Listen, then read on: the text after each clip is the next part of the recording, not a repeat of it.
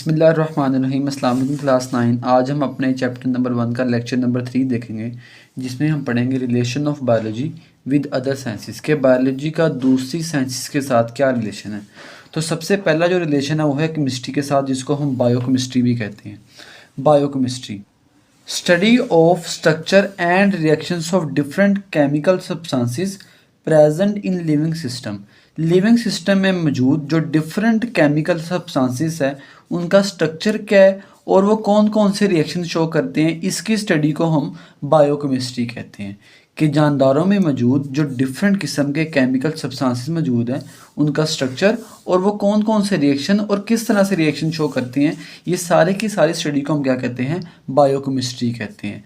For example study of reactions of photosynthesis and respiration. Photosynthesis और respiration के जो reaction की स्टडी है ये बायोकेमिस्ट्री के अंडर आएगी। अब फोटोसिंथेसिस क्या है, वो अमल जिसके ज़रिए प्लांट्स अपनी खुराक तैयार करते हैं in the form of glucose. और रेस्पिरेशन क्या है, रेस्पिरेशन वो अमल है जिसमें खुराक में मौजूद कार्बन और हाइड्रोजन बॉन्ड्स को तोड़कर एनर्जी रिलीज की जाती है, एनर्जी प्रोड्यूस की जाती है। इस प्रोसेस को हम क्या कहते हैं, रेस्पिरेशन कहते हैं। कि रेस्पिरेशन वो अमल है जिसमें खुराक में मौजूद कार्बन और हाइड्रोजन बॉन्ड को तोड़कर जो एनर्जी रिलीज की जाती है या एनर्जी प्रोड्यूस की जाती है, इसको हम रेस्पिरेशन का प्रोसेस कहते हैं, रेस्पिरेशन का अमल कहते हैं। इसके बाद जो अगला रिलेशन है बायो का वो फिजिक्स के साथ है, जिसको हम बायो फिजिक्स कहते हैं। Deals with the study of principle of physics which apply to biological processes. ये फिजिक्स के उन असूलों के साथ डील करती है जो लिविंग सिस्टम के ऊपर अप्लाई होते हैं। ठीक है, for example study of rules of lever and motion for understanding function of muscle bones and joints. अब सबसे पहले लीवर क्या होता है, लीवर हम फिजिक्स में एक मशीन को कहते हैं। ठीक है, और बायोलॉजिकल सिस्टम में लीवर से मुराद एक ऐसा सिस्टम जो हमारे मसल्स एंड बोन्स बनाते हैं और इसका जो गोल होता है वो आपको मैकेनिकल एडवांटेज मीन मोशन में हेल्प प्रोवाइड करना होता है। ठीक है, तो लीवर और मोशन के रूल्स को स्टडी करना, किसके लिए स्टडी करना, ताकि हमें मसल्स बोन्स और जॉइंट्स के फंक्शन का पता चल सके कि ये काम किस तरह से करते हैं, किस तरह से मूव करते हैं, जो हमारे मसल्स हैं या हमारी हड्डियां हैं या हमारे जोड़ वगैरह। ये सारी की सारी स्टडी आएगी बायो फिजिक्स के अंडर। इसके बाद जो थर्ड रिलेशन है वो है computational biology. In computational biology scientist use mathematical models, algorithms and computer situation to understand biological system and relationship. Computational biology के अंदर जो साइंसदान हैं ये मैथमेटिक्स के नमूनों का एल्गोरिथम। अब एल्गोरिथम क्या है, set of instructions that are designed to perform a specific task. असूलों का वो मजमूआ जो किसी खास काम को परफॉर्म करने के लिए तरतीब दिया गया हो, उसको एल्गोरिथम कहते हैं। एंड कंप्यूटर सिचुएशन, और कंप्यूटर सिचुएशन का इस्तेमाल किया जाता है किसके लिए, टू अंडरस्टैंड बायोलॉजिकल सिस्टम, जो लिविंग सिस्टम है, जो ज़िंदगी के सिस्टम है, उनको अंडरस्टैंड करने के लिए और उनके आपस में क्या ताल्लुकात हैं। सो कंप्यूटेशनल बायोलॉजी में साइंसदान मैथमेटिक्स के नमूनों का, एल्गोरिथम्स का और कंप्यूटर की हालतों का इस्तेमाल करके बायोलॉजिकल सिस्टम और उनमें क्या रिलेशनशिप है, इन सारी चीज़ों को अंडरस्टैंड करते हैं।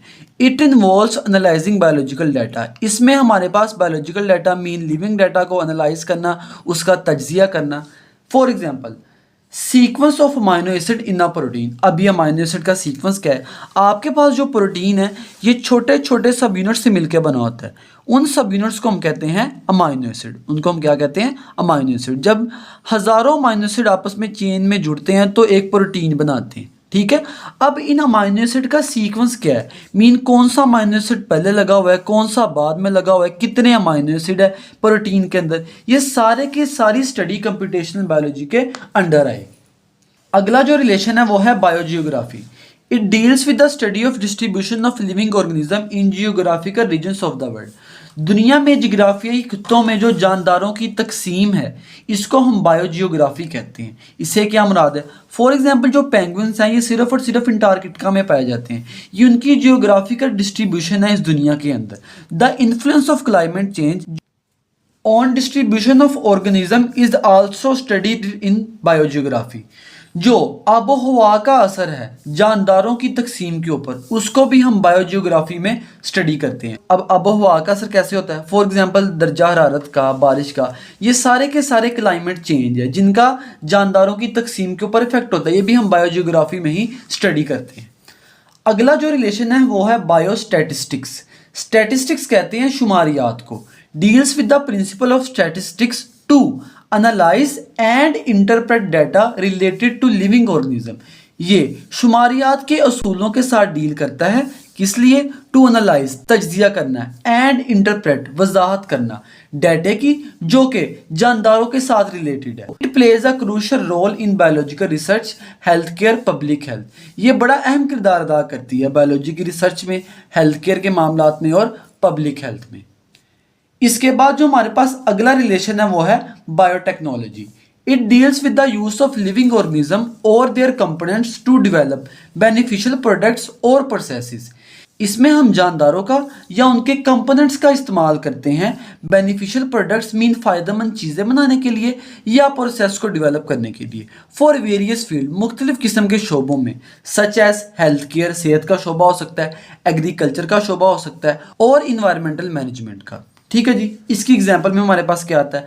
Biotechnologist use bacteria for production of insulin to treat diabetic patients. अब ये क्या बात लिखी है इसको समझना है हमने। डायबिटिक पेशेंट, ये ऐसे पेशेंट होते हैं जिनमें इंसुलिन प्रोड्यूस नहीं होती। अब इंसुलिन का काम क्या होता है? इंसुलिन का काम क्या होता है? ये आपके ब्लड ग्लूकोज लेवल को कम करती है। ये आपके ब्लड ग्लूकोज लेवल को कम करती है। ठीक है। सो डायबिटिक पेशेंट में इंसुलिन प्रोड्यूस नहीं होती, तो बायोटेक्नोलॉजिस्ट हैं वो क्या करते हैं? बैक्टीरिया का इस्तेमाल करते हैं ताकि वो इस इंसुलिन को प्रोड्यूस कर सकें और जो शुगर के मरीज हैं, डायबिटिक पेशेंट हैं, उनका इलाज कर सकें। अगला जो रिलेशन है वो है बायो इकोनॉमिक्स। इकोनॉमिक्स कहते हैं माशियात को। It deals with the study of organism from economical point of view. ये डील करती है जानदारों की स्टडी के साथ माशी नुक्ता नज़र के हवाले से। In bioeconomics scientist calculate cost and profit of biological products.